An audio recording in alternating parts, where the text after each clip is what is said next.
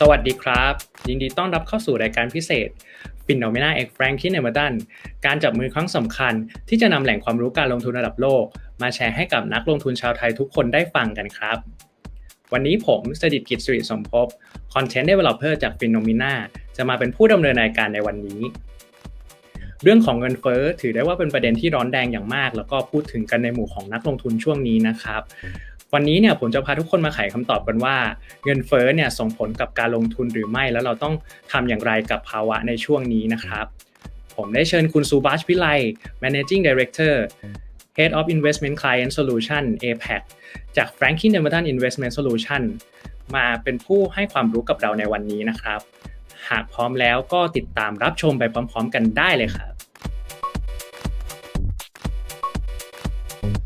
Inflation is a big question for investors right now. Amid the surging up in price, the question is, will this affect your investment portfolio or this will be just a transitory factors? So I'm here with Mr. Subash Pillai, Managing Director, Regional Head of Client Investment Solutions APAC from Franklin Templeton Investment Solutions. Hello, Mr. Subash. Hi there, how are you? I'm fine. How about you? Yeah, not too bad. Thank you for the opportunity to talk about inflation. It's definitely a very topical issue. So delighted to share some thoughts from Franklin Templeton Investment Solutions. Yeah, thank you for your time. Yeah, and we are keen on to listen to that because our investors are questioning whether the inflation will affect their long-term views or not. Yeah, and this. Excellent. So look, why don't I start off by just providing a bit of context around the economy in the US especially, and the environment that we're facing and how that's impacting on inflation. So for us, we believe that the US economy is currently operating in what's called a demand pull environment, in which growth trends are influencing future changes in core inflation. This is really important because we expect growth to remain above trend throughout 2021 and to begin normalizing only towards the second half of 2022. It's therefore also very sensible to expect that core inflation, having already moved higher, may remain elevated for a period of time, just given that relationship between inflation and economic growth. And really, the COVID regime has introduced some unique challenges that are having an impact on growth and also inflation. Firstly, the depth of this recession and the speed of the economic recovery that has followed has really been unmatched. Most businesses were unable to anticipate and certainly weren't able to prepare for this current environment. Secondly, as we've started to recover, demand has been focused on specific parts of the economy, primarily the goods sector, which has created pockets of inflation because businesses, inventories, and capacity have been slow to respond to what we've seen as a surge in demand. Rising commodity prices, supply chain constraints, and booming home prices are some of the trends that we're seeing at the moment. But really importantly, as the economy continues to normalize, we are expecting to see a rotation in spending towards areas that were previously more sensitive to COVID, such as services, so going out for a restaurant meal, traveling. Also, on the supply side, labor shortages and the lack of qualified workers has been adding to wage pressure in certain industries, but importantly, not across the economy as a whole. Overall, these dynamics have been creating a volatile price environment, and many are wondering how long it will persist. So how long do we think that this current bout of inflation will last? Well, we actually believe most of the inflation issues that we've referenced thus far, that they're likely to be transitory. And this has become a really popular word used by strategists, policymakers, essentially as another way of saying temporary or short-lived.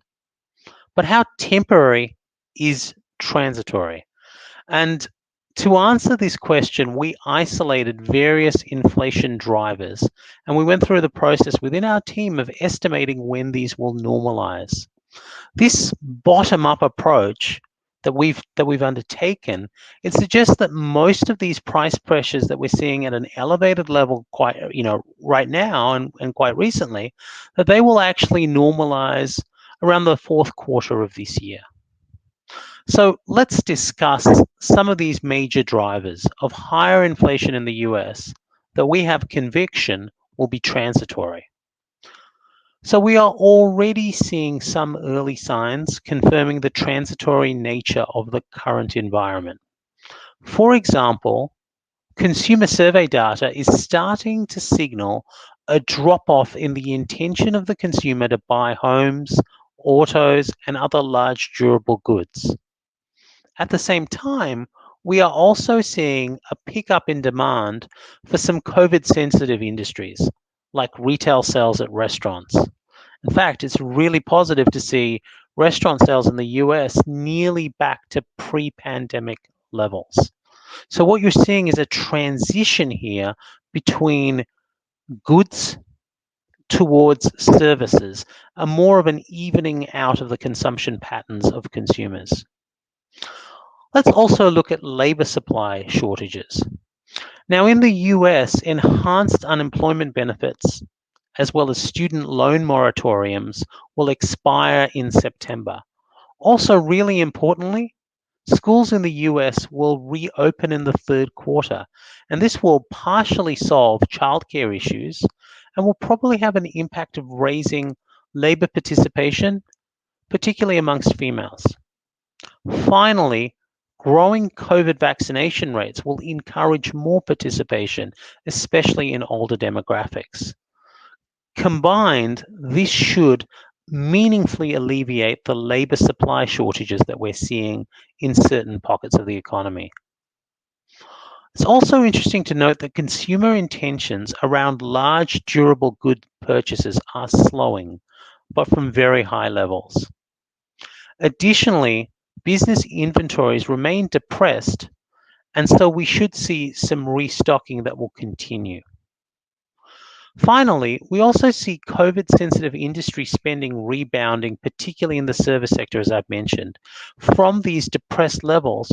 But what will also add to that is the safety guidelines across economies, certainly in the US, that are being eased progressively. What is the US Federal Reserve's reaction likely to be? Ultimately, while the Fed may progress towards normalizing their asset purchase program, so what's known as tapering, we believe that the Fed will remain dovish and accommodative around their interest rate policy for several reasons. Firstly, it's crucial to consider the backdrop. The Fed has been dealing with a disinflationary environment since the global financial crisis, and they have generally undershot their inflation target of 2%. And with that, they've seen inflation expectations drag lower. One of the main reasons for undershooting their target was an over-reliance on macroeconomic forecasts that were ultimately proven to be too optimistic. As a result, we feel that the Fed may rely less on forecasts and more on incoming data as they navigate our current cycle. Practically speaking, they will likely move a little slower to raise interest rates this cycle, at least in the beginning. The Fed has also established a new approach towards achieving their price stability mandate called flexible average inflation targeting. The premise of this approach is that inflation should average 2% over the long run, allowing for periods of higher inflation that balance inflation that is typically observed during recessions, lower inflation that is typically observed in downturns and recessions. Now, since inflation remained below their target of 2% throughout most of the previous cycle, and in turn lowered future inflation expectations, we expect them to allow for a period of higher inflation in the near term. Very importantly, many Fed members have expressed that they view current inflation pressures as transitory. So Fed Chair Jerome Powell said at the April FOMC conference that, and I quote, an episode of one-time price increases as the economy reopens is not the same thing as and is not likely to lead to persistently higher year-over-year inflation into the future. So that's a very clear statement that they're viewing most of these inflationary pressures that we're seeing right now as transitory. Finally, I think it's worthwhile noting that there is still substantial improvements to be made in the labor market, and specifically the unemployment situation. Many employment metrics remain depressed from the COVID recession, such as labor participation rates, as well as broader measures of unemployment. It appears that extra fiscal benefits and COVID-related issues, such as a lack of childcare, are deterring workers from entering the labor force. The Fed will want to see how these employment metrics evolve after most of these extra fiscal benefits expire in the third quarter. It's fair to also ask, what if the Fed isn't fully right here and this higher inflation doesn't prove to be transitory? What if inflation is here to stay for the foreseeable future? Common arguments that we do see being made for this is that, right now we have easy money that's being made through quantitative easing, and at the same time, we have governments with a strong willingness to run large deficits to fund stimulatory fiscal policy. On the issue of balance sheet expansion, driving rising money supply, we do not hold to the monetarist theory that there is a direct link between money supply growing and economic growth, which in turn can lead to subsequent inflation. Economists such as Keynes have challenged the monetarist theory by arguing that there is a more complicated connection between money supply and economic output, namely that the velocity of money is not stable across time. And indeed, money velocity has not been stable over the last couple of decades. This century, indeed, we've seen an initial trend higher in velocity, which has given way to a falling trend. Now, money velocity represents the demand side of the money equation, and there are several reasons why demand has remained low relative to supply over the last couple of decades, including slowing productivity growth, rising inequality, increasing amount of debt, and aging demographics. These are all structural issues that are unlikely to quickly change. Similarly, many argue that persistent large fiscal deficits could be a force for longer-term higher inflation. At first glance, the risk appears prominent, as, for example, the new Biden administration is making its mark with the American Jobs Plan and American Family Plan. These plans propose to increase spending and revenue by a combined $7 trillion. However, it's worth keeping in mind that it's quite unlikely that these lofty targets will be reached, as many of the goals will need to be watered down to achieve the necessary support. Furthermore, additional government spending will become more difficult as the Democrats face several headwinds ahead of the midterm elections in calendar year 2022, such as census reapportionment and historic tendency of midterm elections to typically negatively impact the incumbent party.